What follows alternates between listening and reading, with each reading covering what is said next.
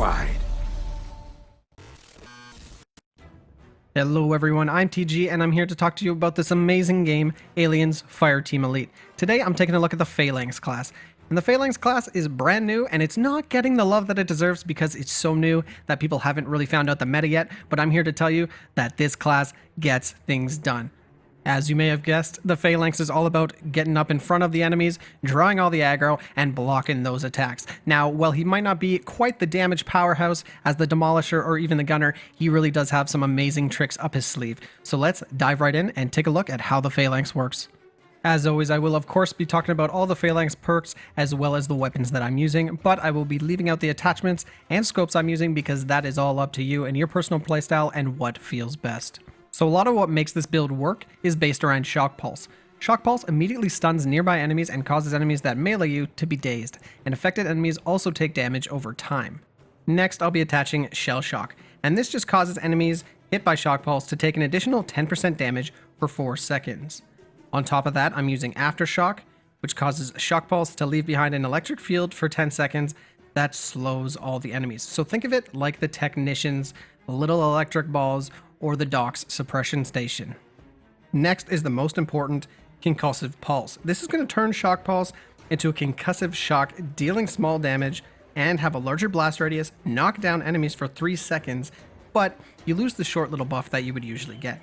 Now, a lot of people have been talking about this like a worse version of the Demolisher's Blast Wave, but I'm telling you, that is not the case.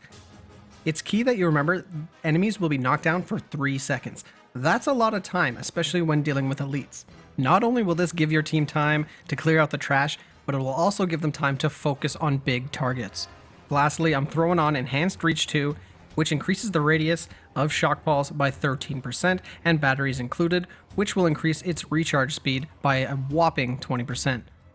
Now, next we're going to look at the most important thing in the Phalanx arsenal, Shields Up. You'll deploy your shield, blocking most attacks from the front and causing you to move a little bit slower. Now, it's important to mention that when your shield is down, you're actually blocking things in an arc to the top left. The right side of you is going to be still open to attack.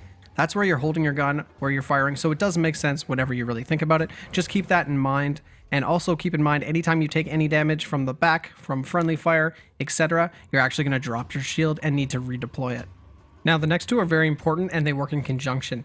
Shield Bash is going to cause your melee attacks to briefly stun enemies whenever your shield is up, and the best defense is going to cause Shield Up to increase your melee damage by 100% and reduce the movement speed penalty of Shield Up by 25%. This means whenever you're using Shield Up now, you're actually going to move the same speed as when you would regularly be ADS, which basically means using a Shield Up no longer debuffs you in any real way. Now, when it comes to Bulwark, I'm not actually going to attach anything to that, but we're going to talk a little bit about how it works. So blocking damage with your shield increases your damage by 3% for 4 seconds, and this stacks up to 5 times, which means in effect you can be doing 15% more damage if you're constantly blocking attacks. So obviously where this is really going to shine is whenever you're dealing with hordes, or whenever you're dealing with elites up close and personal. The reason I'm not attaching anything to it is because a lot of it is dependent on having full stacks of Bulwark, and that's not always going to be the case, so you don't really want to waste your perk slots on something that's not always active. Now lastly, I want to talk about Vanguard, and Vanguard takes up 4 slots, but it's worth it. Nearby allies that are behind you take 10% less damage, and when you're using Shield Up, they actually take 20% less damage. I'm telling you guys, Vanguard is key, especially whenever you're playing with a group and everyone knows what they're doing. Your damage reduction is going to be so high for the entire team, and you yourself as the Phalanx are not going to be taking damage at all, basically. And our last lonely boy is Keep 'em Pinned. So enemies you shoot deal 10% less damage for 4 seconds, but keep in mind this does not stack, so you're not going to see a 30% damage reduction total.